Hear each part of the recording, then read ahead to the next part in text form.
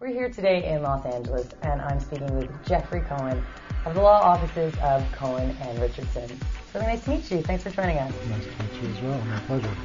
As the first installation of a three-part interview series, Jeffery Cohen starts by explaining what he does and how he got to this point. The law firm is Cohen and Richardson. Cohen and Richardson? Okay. And but we have a marketing membership organization for internet companies, including web hosts, called Internet Litigators. Internet Litigators. Internet Litigators. Okay. Yeah. So that's sort of it's a membership-based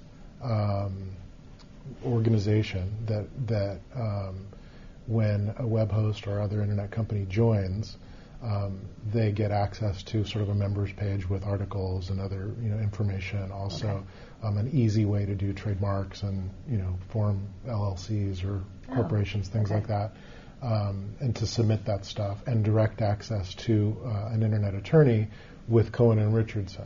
They also get 10 hours of legal time when they join at a substantially discounted rate. So that's what that is. So I mean, I'm a founder of Internet Litigators. I'm also a founding partner of the law offices of Cohen and Richardson. Cool. So how did you get into all of this? I've been doing. I have to remember way back even 1999. Really before there was much regulation with respect to the internet at all.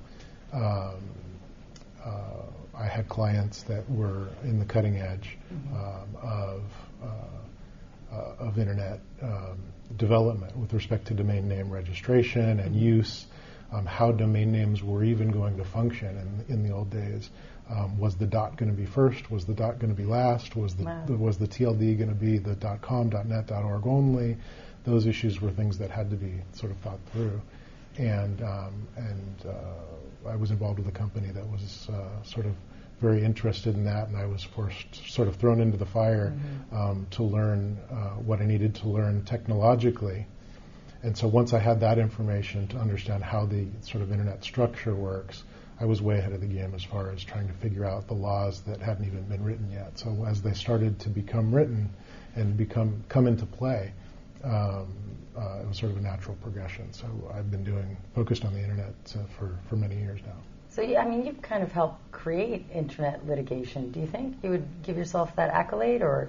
What's funny, Internet Litigators is the name of the group, but we try as attorneys for our clients to keep them out of litigation wherever possible.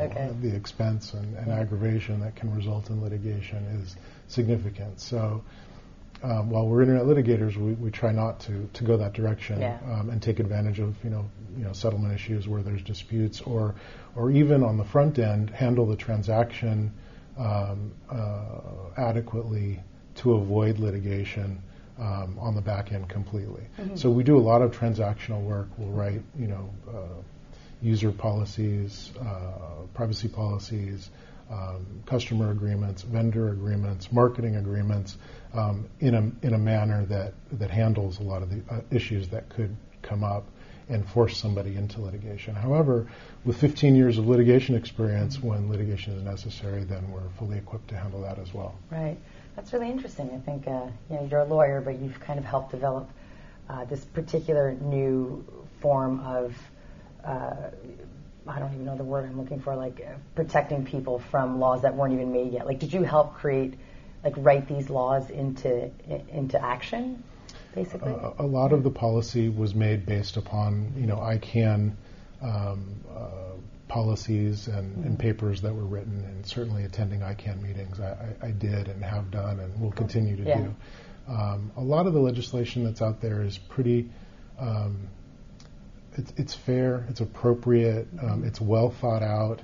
It didn't used to be the case. Judges also now understand the laws a lot better than they used to. I used to walk into courtrooms and have to explain what the internet was, what a search engine was, what a domain name was.